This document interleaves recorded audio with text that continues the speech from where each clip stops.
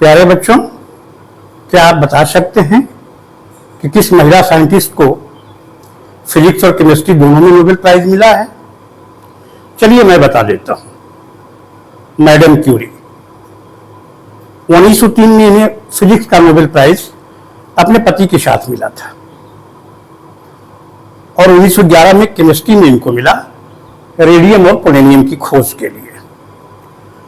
तो बच्चों, आज हम लोग केमिस्ट्री की बात करेंगे। केमिस्ट्री के कुछ बेसिक कंसेप्ट्स हैं जिनको समझे बिना हम पूरी तरह से केमिस्ट्री को नहीं समझ सकते हैं, उसकी बात करेंगे।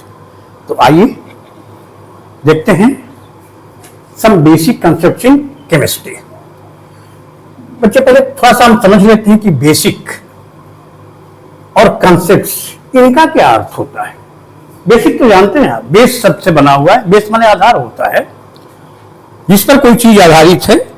जैसे ये मार्कर मेरे हाथ पर आधारित है, हाथ को उठाऊं तो गिर जाएगा। आधारभूत, जिनके बिना काम नहीं कर सकता है। जैसे हमारे शरीर की जो आधारभूत आवश्यकताएं हैं, हवा है, पानी है, भोजन है, आश्रय है।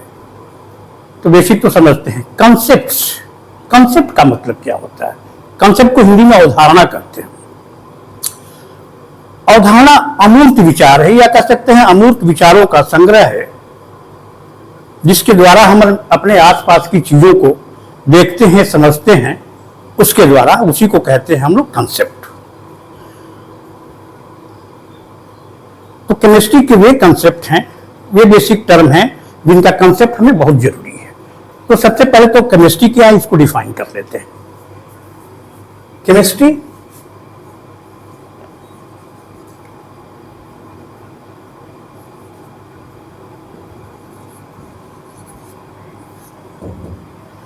Chemistry is a branch of science that deals with the study of matter around us, its composition, its properties, and the conditions under which a matter changes. ठीक? A branch of science. Chemistry is a branch of science. Chemistry is a branch of science which deals with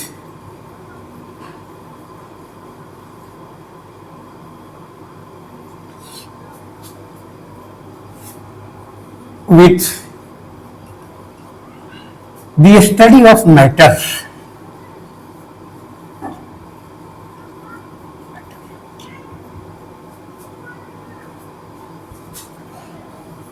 its composition,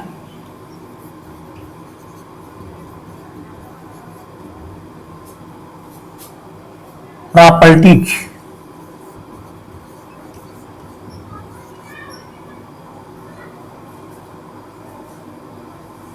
and the conditions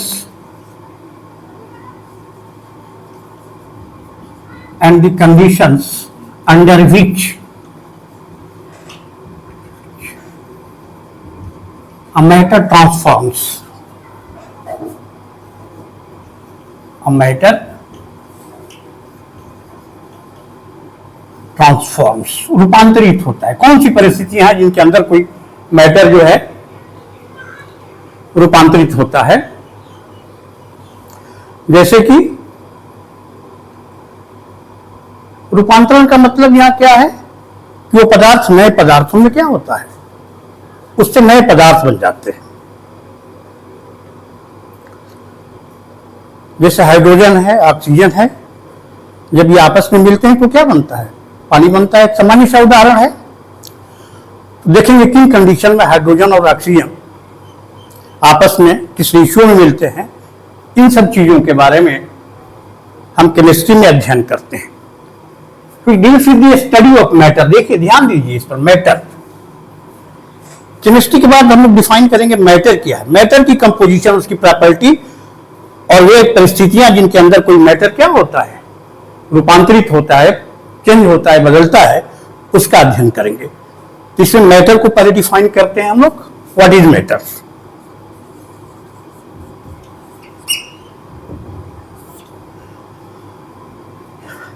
अगर किसी scientist से कहा जाए कि तू पूरे universe को कितने पार्ट में बांटा जा सकता है, तो उसका उत्तर होगा बस दो ही part, matter and energy.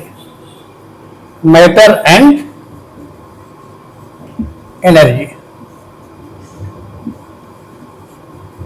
This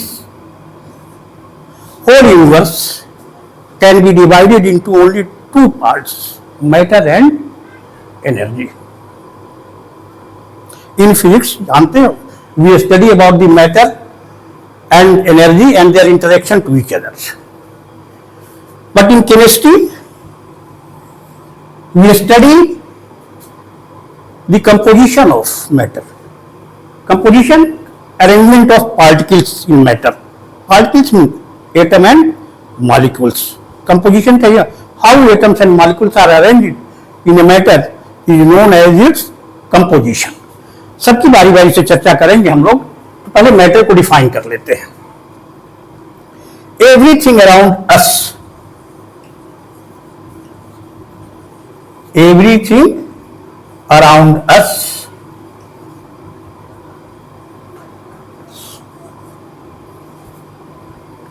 which that has mass and occupied space. Space means volume, ऐसे भी कर सकते हो। Everything around us that has mass and volume is known as matter.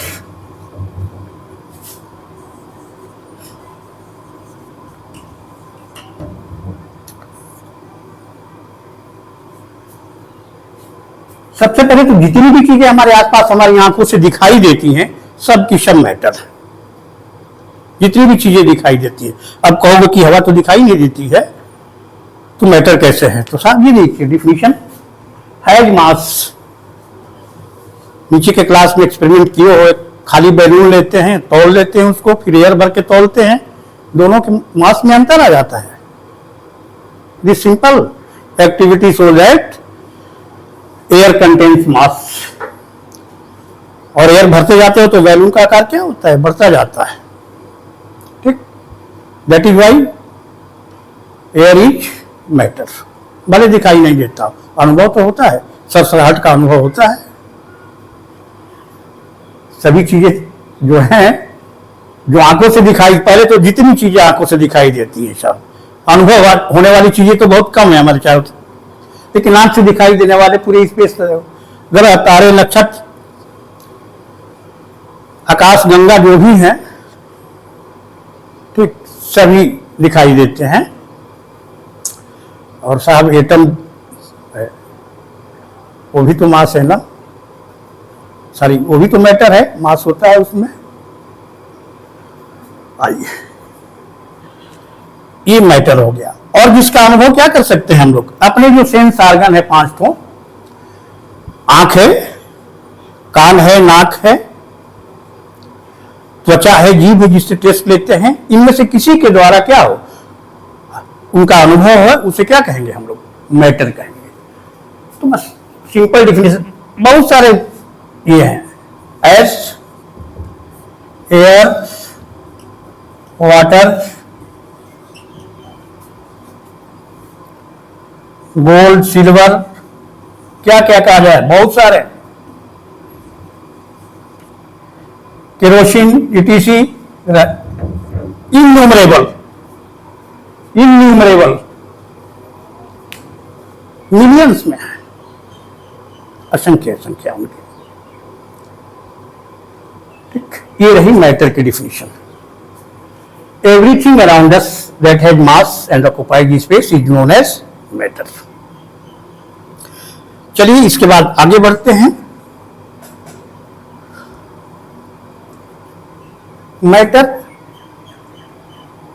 Matter के कंपोजिशन के मतलब जैसे बताया, एटम और मॉलिक्यूल्स का अरेंजमेंट तो सबसे पहले हम लोग सीखेंगे कि एटम और मॉलिक्यूल्स क्या होता है, और एटम और मॉलिक्यूल्स के पहले हम लोग समझेंगे एलिमेंट क्या होता है। एनालॉजी के आधार पर समझेंगे हम लोग मैटर के कंपोजिशन, उसकी प्रॉपर्टी। ये सब समझने के लिए हमें पहले एलिमेंट का कंसेप्ट हो, एटम और मॉलिक्यूल्स का कंसेप्ट होना बहुत जरूरी है। तो समझते हैं हम लोग एलिमेंट क्या है, व्हाट इज एलिमेंट।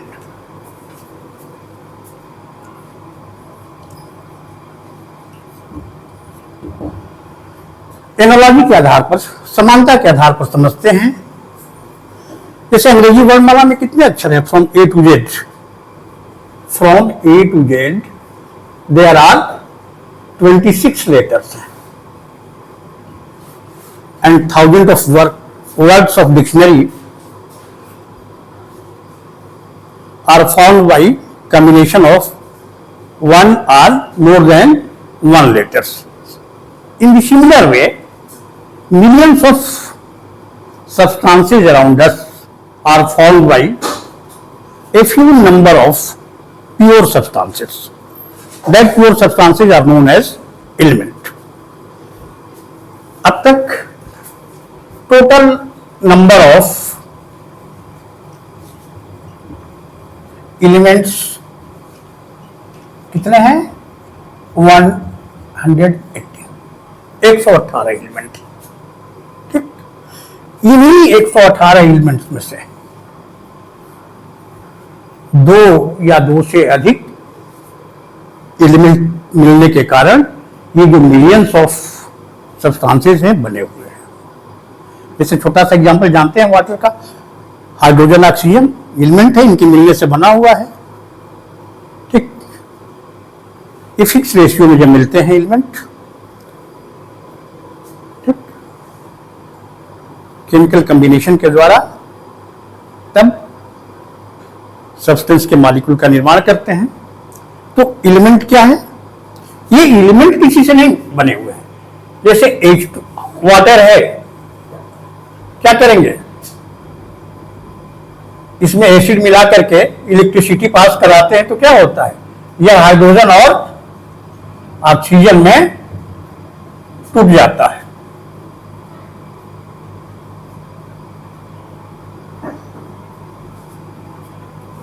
और हाइड्रोजन की प्रॉपर्टी जानते हो, hydrogen Burns itself and oxygen helps in burning. लेकिन इन दोनों के मिलने से जो पानी बनता है क्या करता है? आपको बुझा देता है। तो एलिमेंट्स जब केमिकली कंबाइन होते हैं तो ये अपनी प्रॉपर्टी क्या करते हैं? खो देते हैं और एक नया पदार्थ बन जाता है। ऐसे ही हमारे चारों तरफ मिलियंस ऑफ सब्सटेंस का निर्माण हुआ है, प्राकृतिक रूप से भी हुआ है, कुछ प्रयोगशालाओं में भी हुआ है। ठीक ना? तो आइए पहले हम डिफाइन करते हैं एलिमेंट को। An element is a pure substance, is a pure substance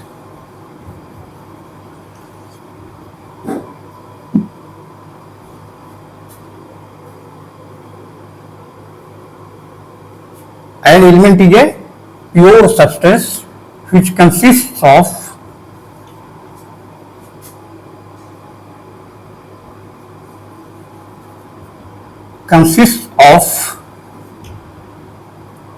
similar kinds of atoms.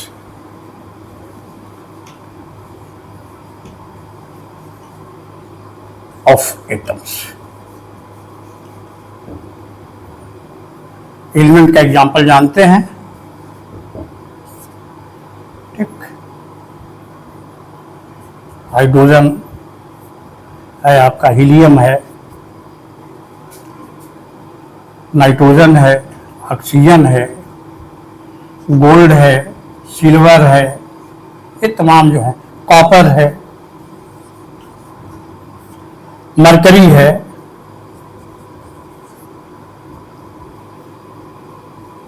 ये तमाम क्या है? ये सभी एलिमेंट, एक एलिमेंट एक ही तरह के एटम से बना हुआ है, एकदम प्योर है। ये किसी से जो पदार्थ किसी भी अन्य पदार्थ से मिल करके नहीं बना है, सिंपल भाषा में कह सकते हैं, जो पदार्थ किसी भी अन्य पदार्थ से मिल करके नहीं बना है, पानी की तरह से, जिसे देखे कैल्शियम कार्बोनेट पढ़िएगा, कैल्शियम, कार्बन और ऑक्सीजन 3 तत्वों से मिलकर के बनता है। जो पदार्थ किसी भी अन्य पदार्थ से मिलकर के नहीं बना होता है, एकदम विशुद्ध कह सकते हैं, कहीं कोई मिलावट नहीं है इसमें, उसे हम क्या कहेंगे? एलिमेंट कहेंगे। और इसी एलिमेंट का जो सबसे छोटा पार्टिकल है, एटम को तोड़ा जाए तो जो अल्टीमेट पार्टिकल मिलेगा सबसे छोटा, उसके आगे उसको नहीं तोड़ा जा सकता है। हालांकि बाद एक्सपेरिमेंट में देखा गया, डाल्टन ने माना था कि एटम्स आर इंडिविजुअल, ऐसी बात नहीं है। बाद में एक्सपेरिमेंट हुआ, पता चला कि एटम भी साहब इलेक्ट्रॉन, प्रोटॉन और न्यूट्रॉन 3 पार्टिकल से मिलकर बना हुआ है। चलिए, इसे एटम को छोटा करते जाए, लेकिन इसे भिन्न गुण वाले पदार्थ में नहीं तोड़ सकते आप। सोना को कितना हम छोटा कर ले तो उसके सबसे छोटा पार्टिकल जो है, जिसको एटम कहते हैं, उसमें भी सोना के सारे गुण मौजूद रहते हैं। ठीक, कोई कॉन्स्टिट्यूएंट पार्टिकल नहीं है जिससे बना हुआ है, एकदम प्योर है। ठीक, इसी के साथ हम लोग क्या करते हैं? एटम को डिफाइन कर लेते हैं। An atom is the smallest particle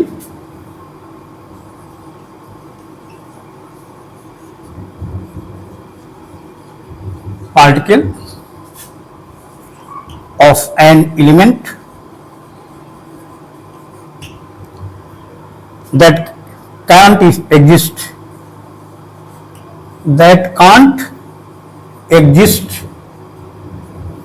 लेकिन एक अपवाद है बच्चों,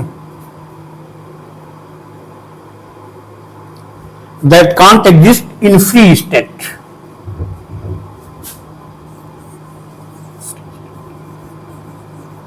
लेकिन इसमें एक अपवाद है, जितने भी एलिमेंट हैं उसमें जो इनर्ट गैसेज हैं, हीलियम, नियान, आर्गन, जेनान, रेडान और क्रिप्टॉन, ये साहब क्या होती है?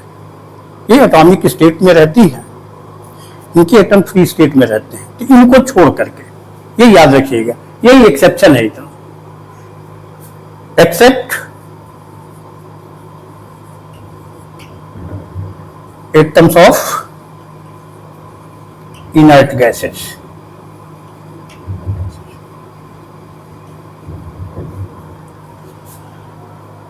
Can't exist in free state is known as free state। Okay, now take out your notebook and write the definition of this element and atom।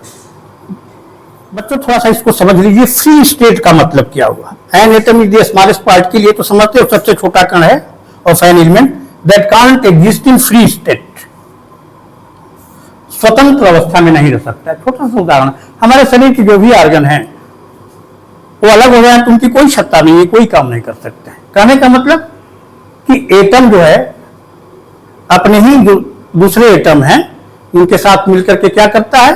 Combine करके molecule बना लेता है। ठीक, या कोई क्या करता है? कोई स्ट्रक्चर बना लेता है स्थायी, मतलब फ्री स्टेट में नहीं रहता है। इसका मतलब बस इतना ही। बच्चों आइए, इसके बाद हम मॉलिक्यूल को डिफाइन करते हैं, समझते हैं मॉलिक्यूल किसे कहते हैं, और मॉलिक्यूल को समझने के बाद आपसे थोड़ी सी चर्चा मैं करूंगा कि कैसे मैडम क्यूरी को नोबेल प्राइज मिलेगा। बड़ी ही मजेदार बात है। पहले मॉलिक्यूल को डिफाइन कर लेते हैं।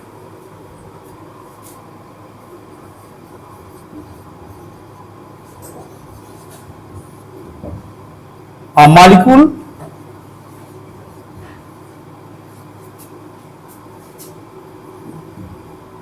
is the smallest particle,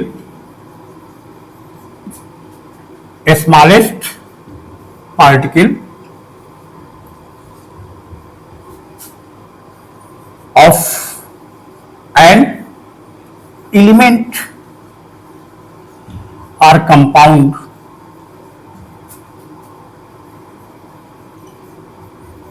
that can exist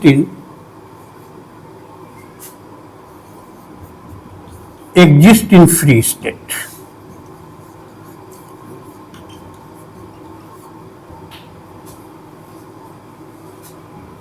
It consists of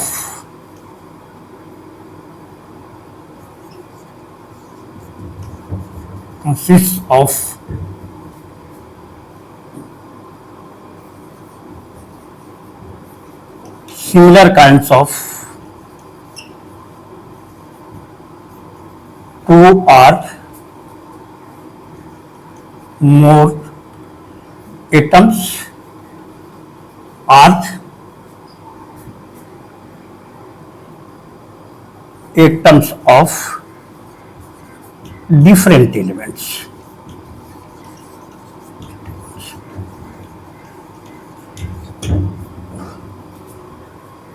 इसके बाद बच्चों हम लोग पढ़ेंगे एलिमेंट को कैसे रिप्रेजेंट करते हैं, सिंबल कैसे लिखते हैं, ये भी बहुत जरूरी है जानना। जैसे आपसे कोई प्रश्न पूछे what is difference between H and H2, ये जो सिंबल H और H2 लिखा है इसमें क्या अंतर है? मैंने कई बच्चों से प्रश्न किया और देखा है वो कंफ्यूज हो जाते हैं। इसका मतलब सिंबल को उन्होंने तो ऐसे समझा नहीं है ठीक से। बताइए H कहा जाए कि what is difference between this symbols H and H2। This H represents one atom of hydrogen and this symbol represents one molecule of hydrogen which consists of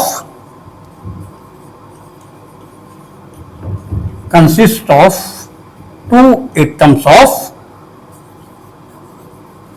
hydrogen। ये अंतर है। उसके बाद हम लोग एलिमेंट को का सिंबल क्या है, मॉलिक्यूलर फार्मूला कैसे लिखेंगे, इसको जानेंगे। और इसके पहले मैं चाहता हूं कि वो कहानी, वो जो घटना है जो मैडम क्यूरी के साथ घटी थी नोबेल प्राइज के समय, तो मैडम क्यूरी ने 3 साल प्रयास किया था।